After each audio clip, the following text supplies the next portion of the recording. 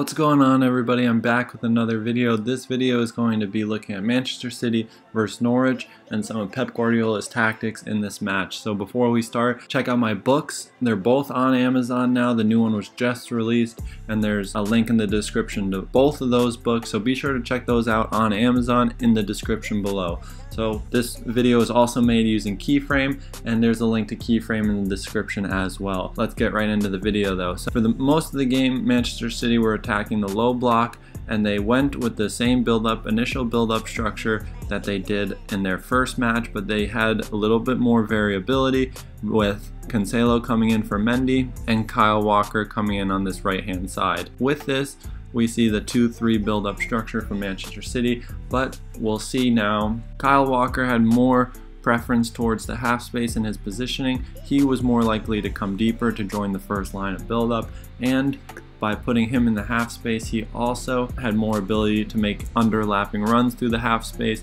while Gabriel Jesus was occupying the wide area. City went with 3 players between the lines. Typically it was Gundogan, but here we see Jack Grealish in the final third becoming more narrow to put him closer to goal scoring positions, and now we see Gundogan drifting out into a wider area. But typically these two players were switched, so with 3 players occupying the space between the lines, this is how effectively they would look to attack the low block of Norwich in their 5-3-2, as we see in Norwich's 5-4-1. So here with Norwich's 5-4-1, we see slight staggering in their midfield and their lone striker. When City would attack through the midfield third, we see their initial build-up with their 2 central defenders and their fullbacks being joined by their holding midfielder. We see their initial build-up shape attacking a little bit wider because they're a little bit less afraid of a transition in this match than they were against Tottenham, so this gave their fullbacks more freedom to go wide. But this is just a starting position, and we'll see how Cancelo favored more advanced positions, more narrow. He could even join in an offensive position while as well making the overlap runs into wide areas, but most of his variability came further forward, whereas Kyle Walker, his variability came from joining the first line or just going slightly deeper but maintaining his spacing in the half space to then join the first line of build-up. Norwich in their midfield third played a 5-2-3 with their wide midfielders just advancing slightly to gain access to the first line of build-up from Manchester City, protected by their 2 holding midfielders.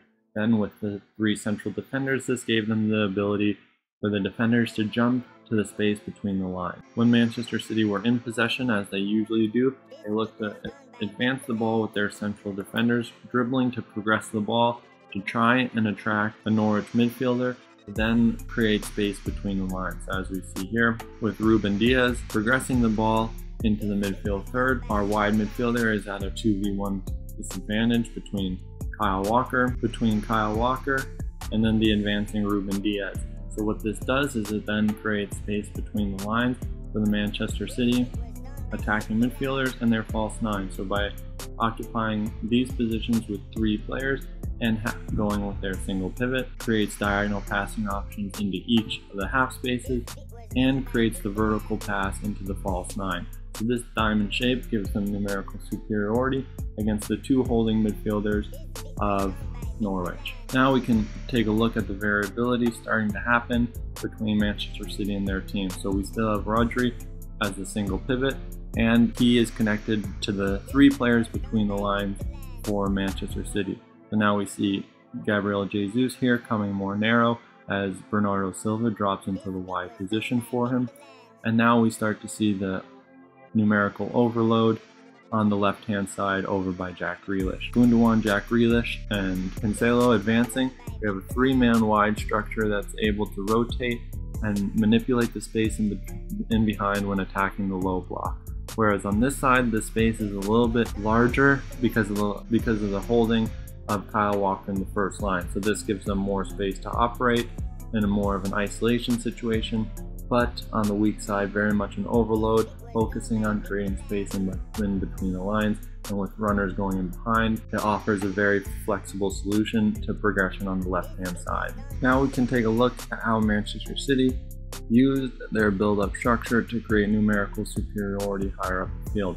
So with 3 attacking midfielders and going with 2 wide wingers, this created a 5-man situation against the 5-man back line for Norwich City. So for Norwich, going with a back 5 against the 2 wingers and 3 attacking midfielders, maintaining numerical superiority became very hard at the back, and typically we see the priority being the 1 free central defender. So here we have man for man, but our free man for Norwich is the most central defender, as we see here just highlighted, which creates a free man in the wide area on the weak side via Jack Grealish. So typically when teams do this, they'll be able to shift in time as the ball is being circulated so that this isn't exploited, but the opportunity was still there for Manchester City to exploit, and especially when Norwich would press out in their 5-2-3, spaces became available in the half space, and then this is when defenders really had to commit and City were able to exploit the space. Now we see another example of Kyle Walker dropping into the first line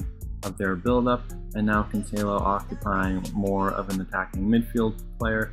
So this further overloads the space between the lines, with now 4 players all occupying these advanced positions, with Rodri as a single pivot. This gives them more flexibility, and it creates pinning situations around the 2 holding midfielders of Norwich. So as we see, we have Norwich player pinned by Gundogan and the other pinned by Ferran Torres, which then allows Cancelo to be free, as well as Bernardo Silva to drop deeper, and if a defender steps and jumps to him, they can exploit the space in behind with the winger making the run. So this central overload for Manchester City and the pinning of the holding midfielders made it very hard for Norwich to track the runs, especially when they were made into deeper positions, because if these Norwich players were stepping out against Manchester City, this would pretty much isolate their wingback with no cover on this strong side, and having the Manchester City wingers being more than capable of making these narrow runs in behind to exploit the space. Now we'll look at Manchester City's defensive system. So we have our wide wingers and our center striker, and Manchester City pressed in a 4-3-3. So they did this through their wingers going narrow. Manchester City pressed with their wingers pressing narrow, required to press the central defenders, and the midfield 3 were joined by the false 9 to block the holding midfielders of Norwich, much like Liverpool do, but now if the ball were progressing the mid-range pass, instead of a fullback jumping, the midfielders would then drop into the wide position and be forced to shift across in a midfield 3, who would then be joined by the wingers, also back pressing the free players from Norwich, who Norwich played with their double pivot, and in the first phase of build-up, their wide players were the free players, and their 3-2 build-up were with their holding midfielders, was pretty typically trying to exploit the wide areas and progress via the free players in these positions. And that's going to wrap up the analysis for today. So be sure to like and subscribe to the channel, and I'll see you in the next one.